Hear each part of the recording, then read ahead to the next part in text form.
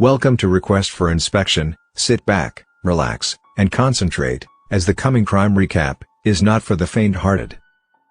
Found legally insane and unfit to stand trial, this is the gruesome true story of Issei Sagawa, also known as the celebrity cannibal, who openly confessed to killing and eating his victim, but somehow managed to live as a free man only 5 years after. Sagawa was a short man, just under 5 feet tall. His father Akira Sagawa is very wealthy and the president of Kurita Water Industries in Tokyo. This would be pivotal in the events following his gruesome act. He acknowledged in numerous interviews that he wasn't the type of man that most women would find attractive, and he hypothesized that his preoccupation with the perfect lady may have been fueled by his intense self-consciousness about his flaws. Fantasy eventually proved insufficient, and while pursuing his English literature degree at Wako University in Tokyo, he developed feelings for the German woman who was teaching him the language. He later admitted to British reporter Peter McGill that he had considered eating this woman when he first encountered her on the street. He climbed through her apartment window one summer day with the intention of killing her. She was dozing off, much to his joy. Even better, she was practically unclothed. He searched for a weapon to use to stab or knock her unconscious when he came across an umbrella. But before he could act, the woman awoke and noticed him there. He ran from her apartment after hearing her scream, which scared him. But he did not forget what he most desired. It had been almost too easy to get close to a woman, and if he prepared himself better, he felt sure he could indulge in his fantasy. He just had to plan it more effectively, so he began to look around for his next victim, one that would not get away. It wasn't until he went to Paris a few years later that he found the woman that he could not get off his mind. Her white skin, the fleshy shape of her buttocks, and her beautiful features both repulsed and drew him. He started to insinuate himself into her life. Sagawa believed that he loved these women and that he could demonstrate it by consuming them. While studying at the Sensier Institute in Paris in 1981, Sagawa spotted another tall, beautiful Northern European woman, Renee Hardevelt. He says that when he sat next to her in a class, he fell instantly in love and could not stop thinking about the white skin of her arms. She was the perfect woman for what he wanted to do, but this time he had to be more careful. He had to be ready. Renee was 25, blonde, and independent. She spoke 3 languages and had a bright future, with the aim of getting a PhD in French literature. Sagawa asked her to teach him German, and since his father was quite wealthy he could pay her well. She accepted. According to Sagawa, she liked his obvious intelligence and ability to discuss everything from Impressionist paintings to Shakespeare to European literature. He wrote her love letters and invited her to concerts and exhibits. They even danced together, allowing Sagawa a more physical sense of his fantasies. He found these Nordic women overpowering, and even as he claimed he loved them, he wanted to possess and destroy them. One day he invited Renee over to his apartment for dinner. He asked her to read a poem by his favorite German expressionist, which she did. After she left, he smelled and licked the place where she had sat and vowed that he would eat her, that would allow him to possess her forever. Soon he asked her to come over again for dinner. He had a cassette recorder, he said, and he wanted to record her reading of the poem. She accepted for the evening of June 11, 1981, and Sagawa prepared himself to act out his ultimate fantasy. Upon arriving in Paris, he had purchased a .22 caliber rifle for self-protection. He had it ready when Renee arrived. He seated her on the floor, Japanese style, to drink tea. Into her drink, he put some whiskey to make her more pliant. They talked for a while as Sagawa waited for the whiskey to have its effect. Then he told Renee that he loved her and wanted to take her to bed. She resisted him. She found him engaging but not sexually attractive. She wanted only to be his friend. Sagawa nodded. He then got up to get the book of poetry, while Renee sat on a chair. Sagawa handed the poem to Renee to read and started the recorder. While Renee recited the poem in her native language, Sagawa came up behind her with his rifle and shot her in the back of the neck. She fell off the chair. Surely you would think the sound of a rifle going off would alert people, but clearly no one even flinched. Sagawa in his crazy mind continued to talk to her but she failed to answer. He was surprised by how quiet it was. Then he noticed the amount of blood that flowed out of her wound.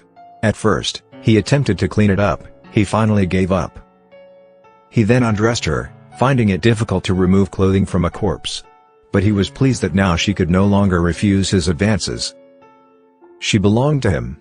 Then he got a knife and used it to cut off the tip of her left breast and a piece of her nose. These he consumed. I touched her hip, he later wrote in his fictional account, and wondered where I should bite first. He chose her right buttock, but he found it difficult to bite into, and then realized he had a headache. He then went on to describe, moment by moment, the appearance of her fat and muscle, and the taste of it. As fat oozed out of one stab wounds, Sagawa said it had the consistency and appearance of yellow corn. He smelled it and found that it had no odor. Cutting deeper to find the flesh, he placed a chunk into his mouth. He later claimed, "It melted in my mouth like raw tuna in a sushi restaurant."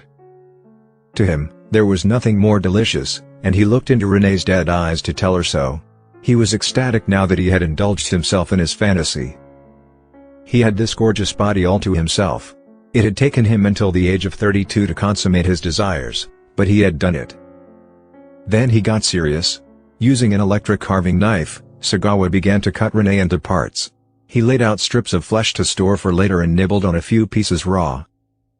Then he made a quick meal of fried human flesh with mustard. He took photographs of the mutilated corpse and had sex with it. "When I hug her," he recorded, "she lets out a breath." He told her that he loved her. As he cooked and ate more of her remains, he listened to the recording he had made of her reading the poem. When he was finished, he used her underwear as a napkin to wipe his mouth. He then returned to her body, cut off a breast and baked it, but disliked the greasy consistency. He found that he preferred her thighs. When he finally felt exhausted, he took what was left of the corpse into his bed to sleep with it. He knew that in the morning he would have to prepare to get rid of the evidence. The next day, finding that the body did not yet smell, he continued to try parts of it, in particular the arm that had so fascinated him. He chewed on it all the way from the underarm to the elbow. "I had no idea," he wrote, "that it would taste so good." Cutting out the anus, he put it into his mouth, but the smell overpowered him, so he spit it out. He tried frying it, but that failed to diminish the odor, so he gave up and returned to the body. By this time, several large flies swarmed around the corpse, so Sagawa took that as a sign that he'd lost Renee. In his twisted mind he realized the honeymoon was over. He then used a hatchet to chop her into pieces that would fit into the suitcases he'd bought specifically for this purpose. Yet even as he dismembered her, he grew excited, so he used her hand to masturbate. Then he chewed on her nose and heard the noise of the cartilage crunching. Since he'd often thought about chewing on her lip, he removed it and set it aside. That part he would keep for later pleasures. The final step for Sagawa was to explore the internal organs, which stung his hands with digestive acid, and then he used the hatchet to cut off her head. He grabbed the hair and hung the head in front of him, an experience that in retrospect caused him to say, "I realized I am a cannibal." By the time he was finished bagging the pieces and locking them into a suitcase, it was midnight of the second day. He called a cab. Arriving at the Bois de Boulogne, he lugged the suitcases into the park, intending to shove them into the pond. However, he had a difficult time with his heavy burden. When he spotted some people watching him, he got scared and just left the suitcases. A couple went closer and saw a female hand protruding from one of the blood-stained cases, so they called the police. Police opened the suitcases, found the remains, and began the task of tracing the bags back to the purchaser. In the meantime, Sagawa returned to his apartment to enjoy the pieces of Renee Hardevelt that he'd left in the refrigerator. Each day of his remaining freedom, he ate another piece, claiming in his later renditions that it became sweeter with time. Sagawa, who clearly had a sexualized lust, told a British journalist that his compulsion for cannibalism probably came from a childhood dream he'd had that left a huge impression. Yet he wasn't interested in ingesting the girls of his own race, he envisioned eating large blonde women with white skin. For him, the possibility of being intimate with them in this way was highly erotic. After his first breaking and entering incident in Tokyo, he actually went to a psychiatrist to confess his dark desires. The man believed that Sagawa was highly dangerous, probably because he'd begun to act out his fantasies, but Sagawa's father managed to engineer a cover-up and then sent his son out of the country to another school. The mental health professionals who evaluated him later also saw dangerous tendencies in him, from psychosis to psychopathy. Yet in the end, none of their diagnoses mattered. When the police arrived at his apartment 2 days after the murder with a search warrant, Sagawa let them in. They opened the refrigerator, and found pieces of a female body inside, including lips. Sagawa freely confessed to what he had done, adding that he had a history of mental illness.